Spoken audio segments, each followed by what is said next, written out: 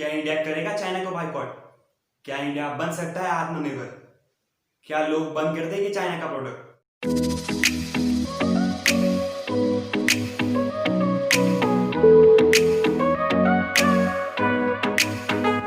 Guys, Chinese और Indian का जो क्राइसिस है वो पहले से ही चल रहा है और अभी इतने बड़े क्राइसिस में भी चाइनीज हमारा पीछा नहीं छोड़ रहा है। So what we are waiting for?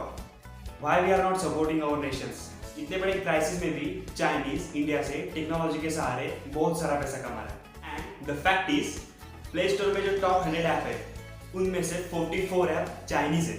Also, UC browser has 170 million active monthly people in India. तो guys, जितना हो सके उतना इंडिया को सपोर्ट कीजिए, इंडियन ऐप्स का यूज कीजिए, उनका इस्तेमाल करें। से #boycott China, #boycott Chinese app. ये था 4 महीने पहले का इंडिया।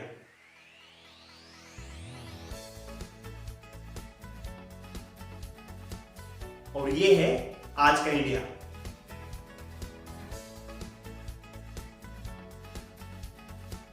इतनी बड़ी बीमारी कहां से आई?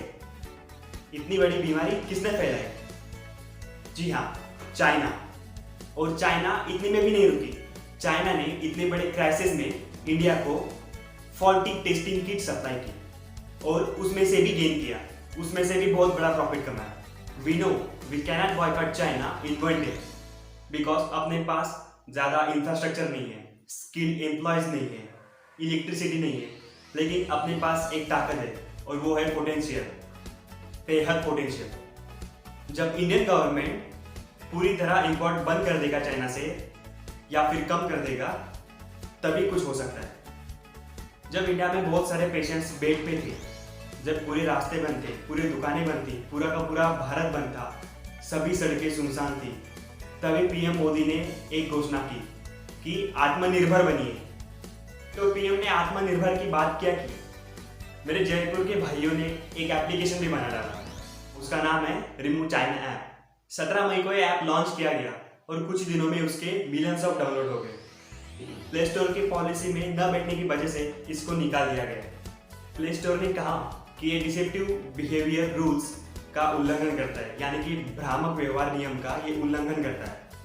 इसमें क्या होता है कि यदि आपको बताऊं कि आप किसी थर्ड पार्टी ऐप को अनइंस्टॉल कर दीजिए या फिर डिलीट कर दीजिए, तो ये इनकी पॉलिसी में नहीं आता प्ले स्टोर के। वैसे ही दूसरी तरफ जहां टिकटॉक का क्राइसिस चल रहा था, तभी एक IIT रुड़की के स्टूडेंट ने, शिवंग अग्रवाल ने एक ऐप का लॉन्च किया। सेम, उस ऐप का नाम था मित्रो। लेकिन मित्रो भी प्ले स्टोर की पॉलिसी में नहीं बैठ पाया। प्ले स्टोर की पॉलिसी कहती थी कि ये भी स्पैम और मिनिमम फंक्शनैलिटी का उल्लंघन करता है। ये मैंने आपको इसके लिए बताया कि ये दोनों बहुत बड़ी एग्जाम्पल थी आत्मनिर्भर की। चीनी लोग अपने देश की GDP बढ़ाने के लिए कुछ भी कर सकते हैं। वो दूसरे देशों को नीचा भी दे कर सकते हैं और दूसरे देशों को गिरा भी सकते हैं। लेकिन हम इंडियन लोग क्या कर रहे हैं? हम उन्हीं के बनाए हुए ऐप का यूज कर रहे हैं और उनके GDP में ग्रोथ कर रहे हैं। हमको भी अपने देश के लिए कुछ ना कुछ करना चाहिए। वेस्ट बंगाल के अभिजीत बैनर्जी, जो कि सदस्य है ग्लोबल एडवाइजरी बोर्ड की, उन्होंने भी कहा है कि चाइनीज कंपनी एशिया में अपना मैन्युफैक्चरिंग इंडस्ट्री लाने के लिए बहुत ज़्यादा अप्रोच कर रही है। इस महामारी ने व्यापार में अनिश्चितता पैदा की, जिससे क्या हुआ कि US और चीन में व्यापार का जो युद्ध था वो वापस से उभर आया। अमेरिकी सांसद ने भी चीन को भुगतान के लिए बिल पास किया। इसकी वजह से जापान ने भी अपने बेस चीन में जो फर्म थे उनको स्थानांतरित करने के लिए $2.2 बिलियन का निवेश किया। लेकिन द फैक्ट इज, अभी इंडिया आत्मनिर्भर हो रहा है। 2014 में there are only 2 companies who manufactures mobile in India and now India is the second largest manufacturing hub in the world. हमसे जितना हो सके उतना हमको चाइनीज प्रोडक्ट को बैन करना होगा, खुद से दूर करना होगा। चाइनीज प्रोडक्ट, चाइना हमें क्या क्या देती है? हमारे इंडिया में सब प्लास्टिक चाइना से ही आता है।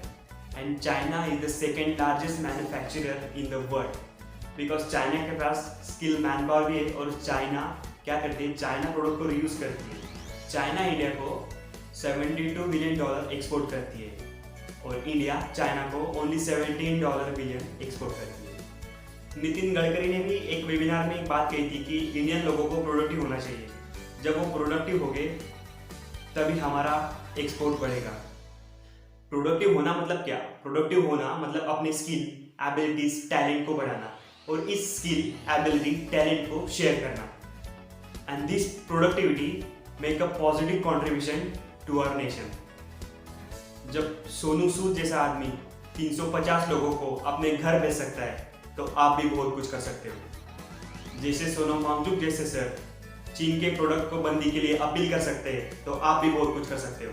जब 15 साल की लड़की 1200 किलोमीटर अपने पापा के घर पहुंचा सकती है तो आप भी कुछ कर सकते हो। So please my humble request, don't use Chinese product. जितना हो सके उतना चाइनीज प्रोडक्ट को ना कहिए।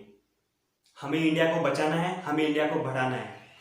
If you like this video, please like, comment and subscribe to my channel and don't forget to press the bell icon.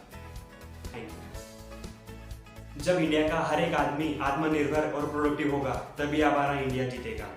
तो से boycott China.